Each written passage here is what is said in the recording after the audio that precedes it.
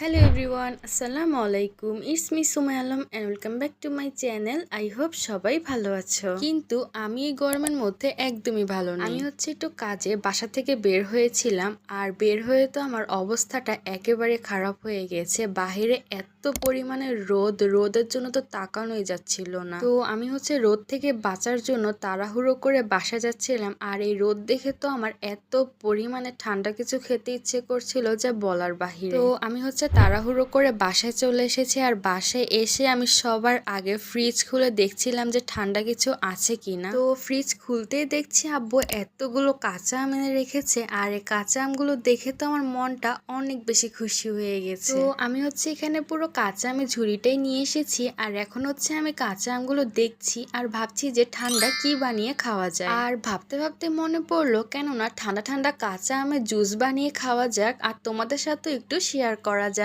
যে আমি কিভাবে কাঁচা আমের জুসটা বানাই। তো যেই ভাবা সেই কাজ, আমি এখানে নিয়ে চলে এসেছি একটা কাঁচা আম, একটা লেবু আর একটা কাঁচা মরিচ। তো এগুলো দিয়ে আমি আজকে কাঁচা আমের জুসটা বানাবো। আরো কিছু উপকরণ লাগবে, সেগুলো আমি পরে দিব। তো এখন আমি সুন্দর করে কাঁচা আমের খোসাটাকে ছিলে নিব। তো এখানে একটা কাঁচা আম দিয়ে 3 থেকে 4 গ্লাসের মতন জুস হবে, আর আমার এতে হয়ে যাবে। আর তোমাদের যদি জুসটা একটু বেশি বানাতে চাও তাহলে 2টা অথবা 3টা দিতে পারো কাঁচা আম। তো আমার কাঁচা আমটা ছিলে নেওয়া হয়ে গিয়েছে। তো এখন আমি আমটাকে ছোট ছোট টুকরো করে কেটে নিব। তো প্রতি বছরই যখন কাঁচা আম বের হয় আমি একবার হলো এই কাঁচা আমের জুসটা বানাই, কারণ আমার কাছে কাঁচা আমের এই জুসটা খেতে অনেক বেশি ভালো লাগে। আর আমার কাছে টক জাতীয় সবকিছু অনেক বেশি পছন্দের, কারণ আমি টকটা একটু বেশি পছন্দ করি, মিষ্টিও পছন্দ করি, তবে একটু কম, টকটা একটু বেশি পছন্দ। তো আমার মতো টক লাভার কারা আছো তারা অবশ্যই আমাকে কমেন্ট করে জানাবে, আর যারা মিষ্টি লাভার আছো তারা একটা করে লাইক দিবে, আর যারা টক লাভার তারা একটা করে কমেন্ট করবে। দেখি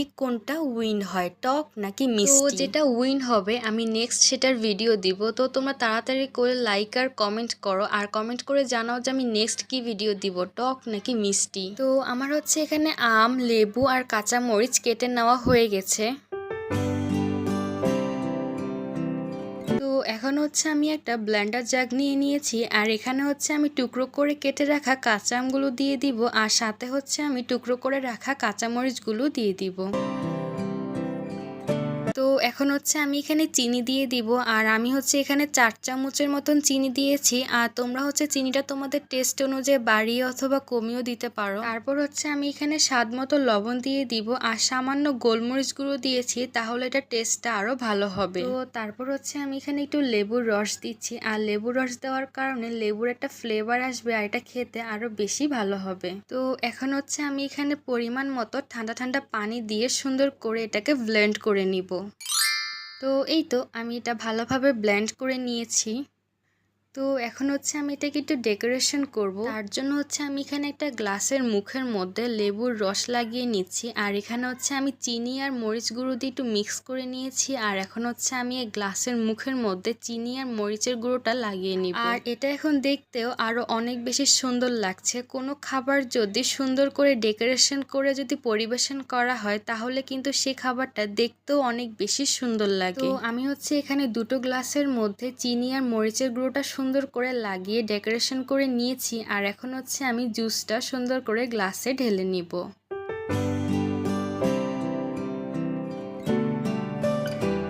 তো এই তো আমার কাঁচা আমের ঠান্ডা ঠান্ডা জুস একদম রেডি, আর এটা দেখতেই কত বেশি সুন্দর লাগছে, তাই না?